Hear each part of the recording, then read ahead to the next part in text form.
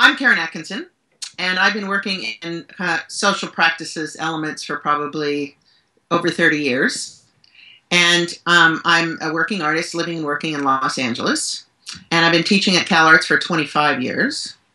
And so my own practice, I guess, I've been showing for about 30. So I have a little bit of history under my belt in some way. Certainly do.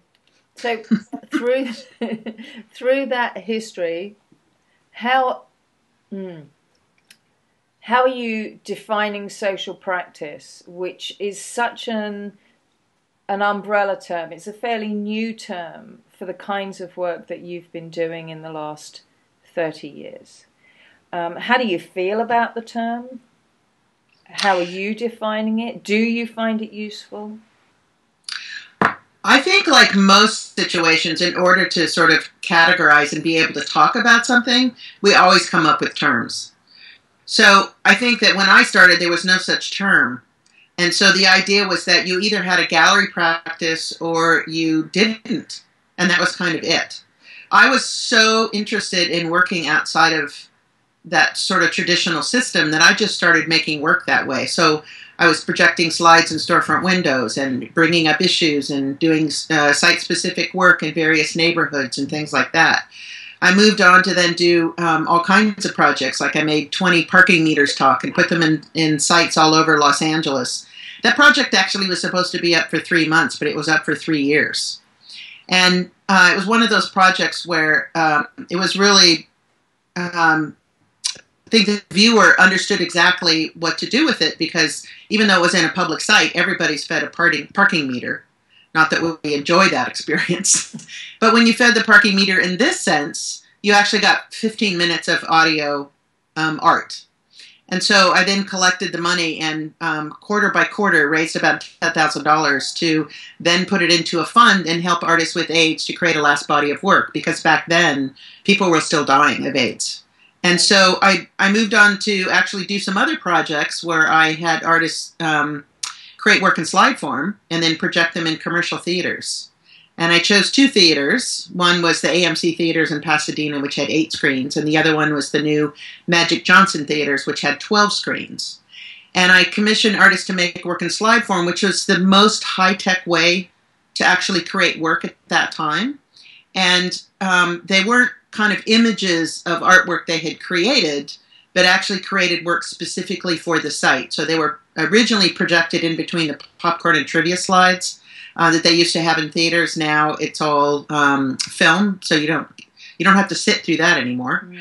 But the idea was that when you paid a ticket to the movie theater, you actually got 15 to 20 minutes of an art exhibition, in that time. And then I went on to work with the Lumley theaters and actually took over all 4 screens, and there were no popcorn and trivia slides. It was just the exhibition.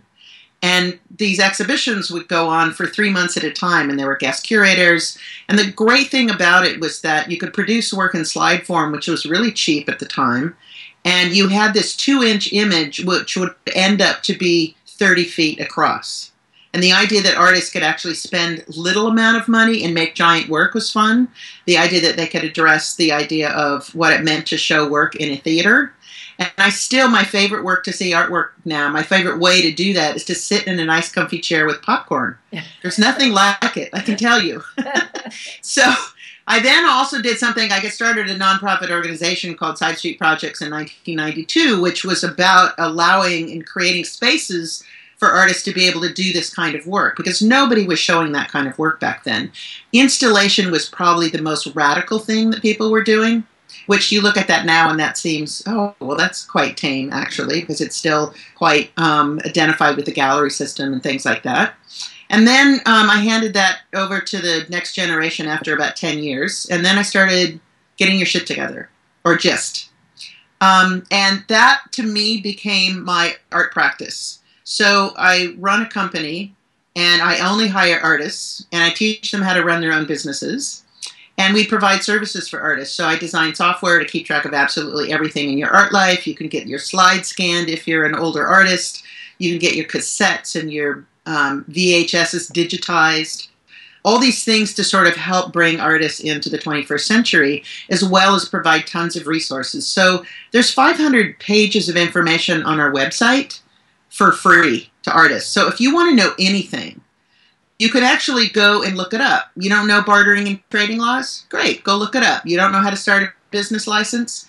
You don't know how to approach a gallery? You don't know how to work with different organizations or collaborate? You can get a lot of that information. So I decided for me, it was more important to help other artists as an art practice.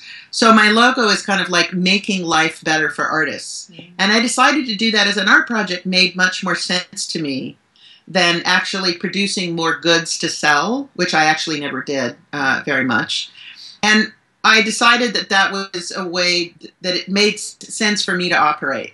So when you talk about defining social practice, it's interesting because that's a recent term, and you have to have a term to describe it when it becomes institutionalized. So, you know, schools are now offering programs, or, you know, people are hiring somebody specifically to sort of teach that. And when that happens, you know it's been around a long time. When it makes it into the museums, you know it's been around a long time.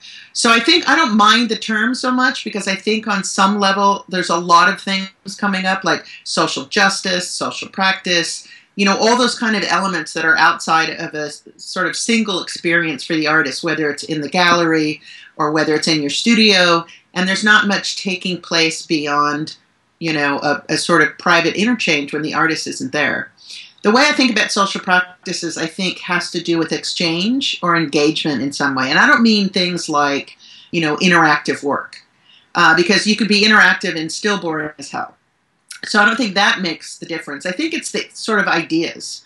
So I think on some level, whether you're, you know, making a conceptually based project or you're making an object, the idea that it has ideas involved and that there's an interchange or an exchange of that information in some way.